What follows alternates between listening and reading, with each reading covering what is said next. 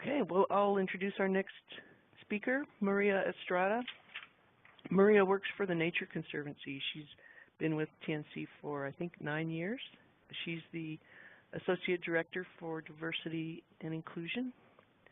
In 2009, she received her PhD from the University of Utah's Education, Culture, and Society Department. And what Maria does is she builds capacity for partnering equitably and effectively with urban and rural communities, and is involved in environmental justice initiatives. And I know in the time that we've been working with her, just sort of this fiscal year for the Nature Conservancy, so since September, October, I have learned a ton from Maria. I really enjoyed working with her, and so I'm going to turn it over to Maria to introduce herself and her work, and then we'll have a discussion about your needs, your member needs, and opportunities. So we've got about 50 minutes for this next section. And there's Maria. Thanks, Wendy. Thank you, Wendy. Can everybody hear me? Yes. So I want to say that I'm kind of a people person. So this format feels strange to me. I really look forward to the time when I can meet everybody face to face, and I think that's going to happen in Lake Tahoe. So in the meantime, I'll work with this format. This is what we got. What I want to accomplish today is just give you a sense of how I think about diversity and how I approach my work. As Wendy said, I've been at the Conservancy for 9 years. However, this work is new for me and it's new for the organization. The Global Diversity, Equity, and Inclusion Initiative is a new function of the organization, but one, I should say, I'm very proud of being a part of. I work for a number of networks, the North America Urban Network, and this network, and this is the learning edge for me. I'm thrilled to be with you, and I know I'm going to learn a lot, and so I just want to say that I'm deeply appreciative of having been given this opportunity. I'm gonna start with a story. I think stories are powerful, and they convey a lot of information in a short time. So this is a fable about a giraffe and an elephant that will help me explain the paradigm that we're aiming for at the organization when it comes to being more diverse, more equitable, and more inclusive. The fable of the giraffe and the elephant. And the giraffe lived in the suburbs and built a beautiful home, wonderful house for a giraffe. It had soaring ceilings and tall doorways. It had high windows that ensure maximum light and good views, narrow hallways that saved valuable space without compromising convenience. It was such a beautiful house. It even had a swimming pool in the back, deep and narrow for the giraffe to do water aerobics. It was so beautiful that it won the National Giraffe Home of the year that it was built. Giraffe loved woodworking, so I had a state-of-the-art workshop in the basement, and that's where Giraffe was. When he looked out the window one day and saw Elephant coming down the street. And he remembered Elephant from the PTA. They used to work together, and Giraffe remember liking this guy. And knowing that he also liked woodwork, he shouted, "Elephant, come over, let's hang out." And so the elephant tried to come in, delighted to be invited.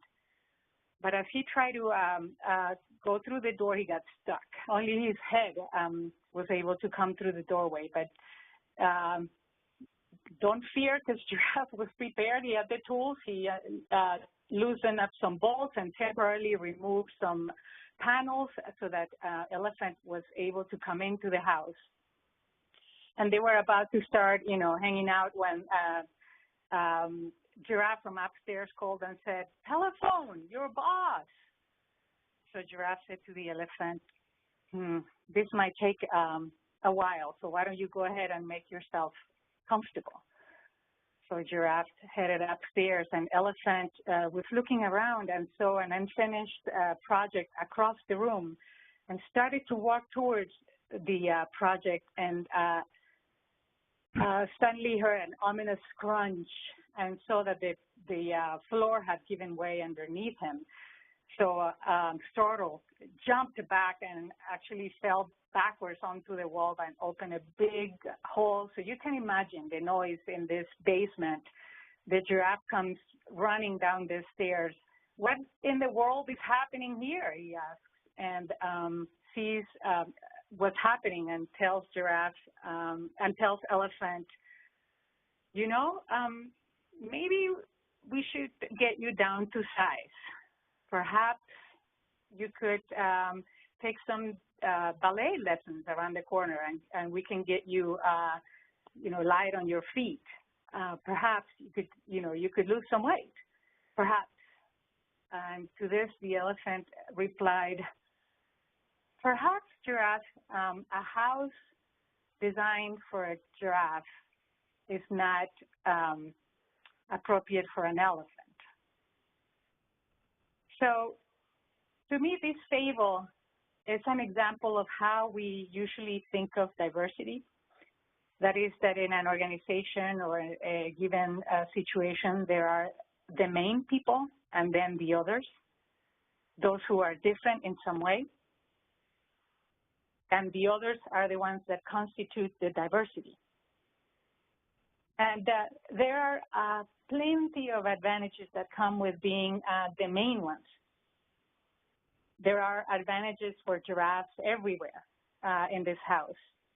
Accommodations, rules, procedures. Giraffes' own needs are incorporated into the very building. They know the unwritten rules for success because they and people who are like they created them.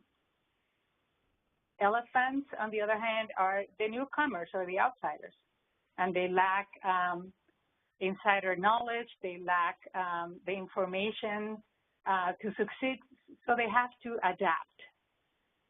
Their own issues, their own interests are not incorporated into the organization, into the environmental procedures, rules, accommodations, etc. So the way that I think about diversity and our team thinks about diversity, a new paradigm for diversity would get elephants and giraffes and all kinds of animals involved in co-constructing the plans for a house. This new paradigm suggests that diversity is not a function of one difference or the other, race or gender, ethnicity. It's not sort of an us versus them kind of dyad approach, but it's more of a complex and ever-changing blend of attributes, behaviors, worldviews, perspectives. One of the things that the Nature Conservancy has done so well when it comes to diversity is that it has defined diversity or difference in very broad ways that include not only race and gender, but also age and socioeconomic status and veteran status, etc. So we're really trying to shift the way that the house is built and the way the house functions, the very foundation of the house. We believe if you bring all kinds of diversity, you bring new ideas, new approaches to the issues. You bring a more robust understanding of the complex problems that as an organization and you guys as a network are facing. If we have more people at the table, all kinds of people at the table, we'll have a more expanding and a more expansive frame through which we look at our problems and through which we approach the solutions. So anyway, that's the fable that that we use in our team to understand what we are trying to do. And so that's the work that I would love to do with this network, and I think about from the get-go, when we are working together in a project, who needs to be at the table, who are all the stakeholders that would bring complexity to how we look at the challenges and how we come to solutions, how to approach the problems. I guess I'll stop there.